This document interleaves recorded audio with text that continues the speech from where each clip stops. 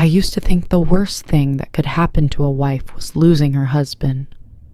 I was wrong. The worst thing is losing him, and then realizing you never really knew who he was at all. People tell me I was lucky. 30 years of marriage, a good man, a steady home, grown children, a life that looks solid from the outside. They see the photos on the wall, the silver anniversary dinner, the family vacations, the matching coffee mugs, and they say, "You had a love story." But love stories don't come in brown envelopes with no return address. They don't arrive 3 weeks after the funeral with your name written on them in the handwriting of a dead man. I still remember the way the cardboard felt under my fingers. It was light, too light, like it couldn't possibly contain the weight that would crush me. I stood in the doorway, rain dripping from the edge of the roof, staring at my name written in those familiar, careful strokes. Anna. Just that. No my love, no nickname, no little heart like he used to draw when he left me notes on the fridge in our first years together. Just my name. As if even from the grave he knew this wasn't going to feel like love. I didn't open it right away. I put it on the kitchen table and walked around it like it was something alive, something dangerous. Every time I passed, my eyes went to it. Every time my chest tightened. I had already buried my husband.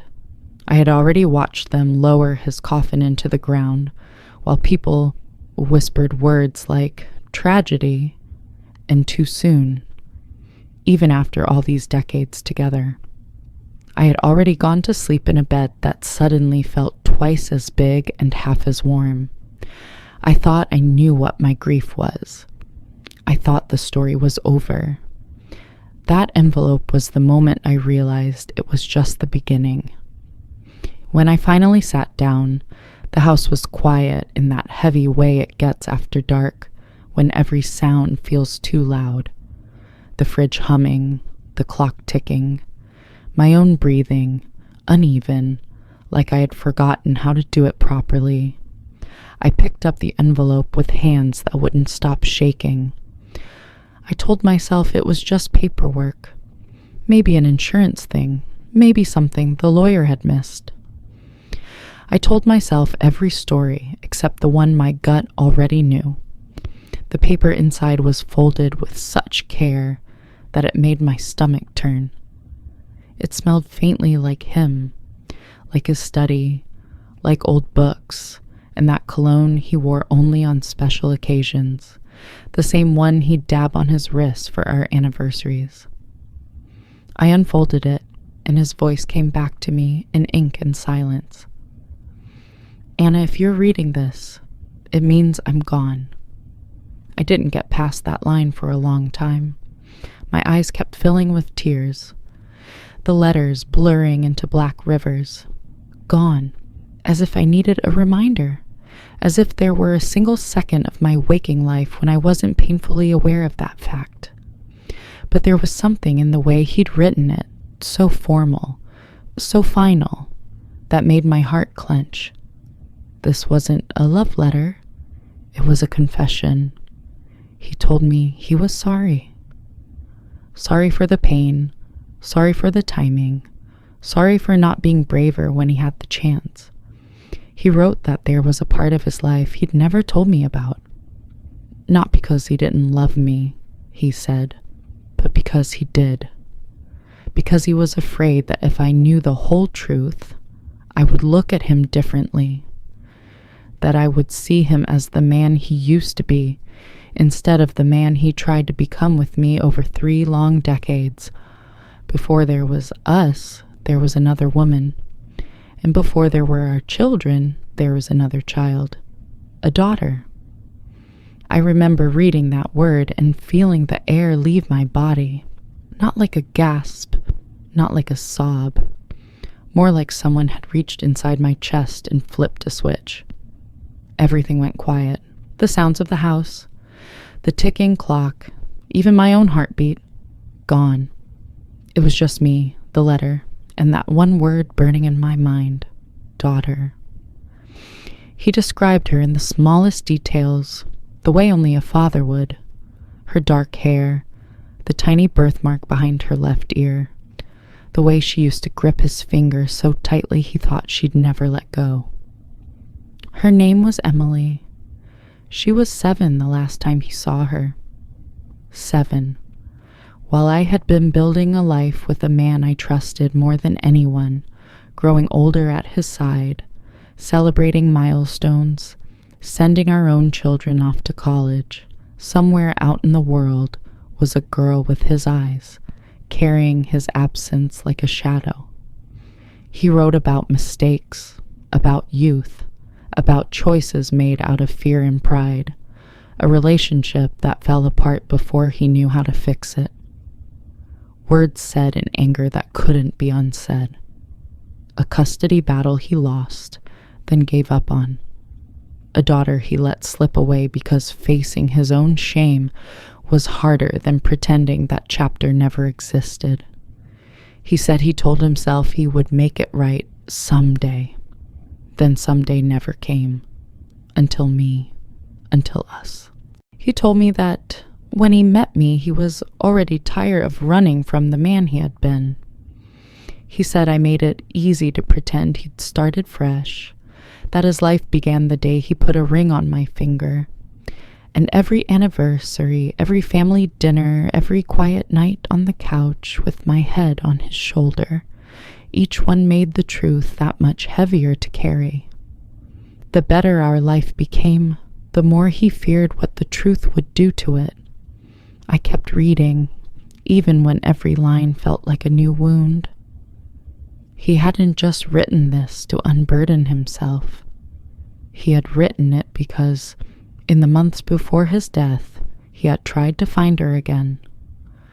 Our business trips, the weekends he said he needed time to clear his head, the way his eyes sometimes drifted off during conversations about the future. Suddenly they weren't random. He had tracked down an old friend. He had searched online. He had written letters he never sent.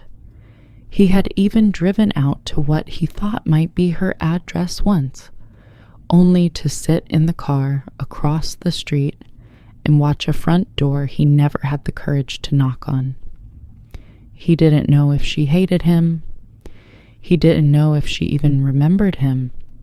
The only thing he knew was that if he told me, if he showed me the worst parts of himself, he might lose the only good thing he believed he'd ever truly done right. Us. So he stayed silent, and in that silence, our life grew, and so did the lie under it. Reading his words, I felt something I never expected. A collision of love and betrayal so intense that it made me physically sick. How do you mourn a man who broke your heart without ever meaning to? How do you hold your memories of him? The way he kissed you awake, the way he stayed up all night with our feverish toddlers, the way he danced with me in the kitchen on quiet Sunday mornings. Next to the knowledge that he kept an entire human life hidden from you. I thought about all the moments that suddenly took on a new meaning.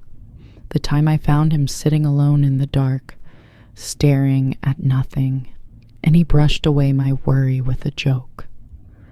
The way he sometimes looked at our kids with a tenderness so heavy it bordered on grief. The nights he held me too tightly, like he was afraid I might disappear. Back then, I thought he was just sentimental, softened by the years. Now I understood. He was haunted. You'd think anger would be simple, but it wasn't. I was furious, yes, but the anger kept twisting in on itself. If he were alive, I could scream at him, demand answers, make him look me in the eye and feel what he'd done. But he was gone. The only thing left of him was this letter and the ghost of the man I thought I knew. He had handed me the truth, like a bomb with no instructions on how to defuse it. That night, I lay in our bed with the letter and the pillow beside me, as if I could press it to my chest and somehow hear his voice explaining the parts that didn't make sense. I cried until my throat burned and my face hurt. I cried for the man I loved.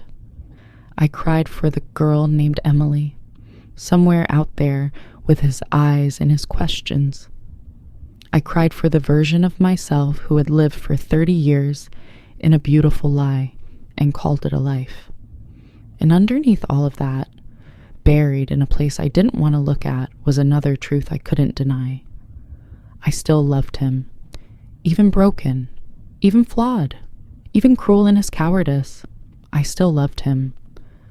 That is the hook of my story, not just a secret, not just a letter, but the brutal realization that sometimes the people who love us the most are also the ones who wound us in ways we may never fully heal from, and somehow we are left to decide whether their love was a lie or whether it was real and just wasn't enough.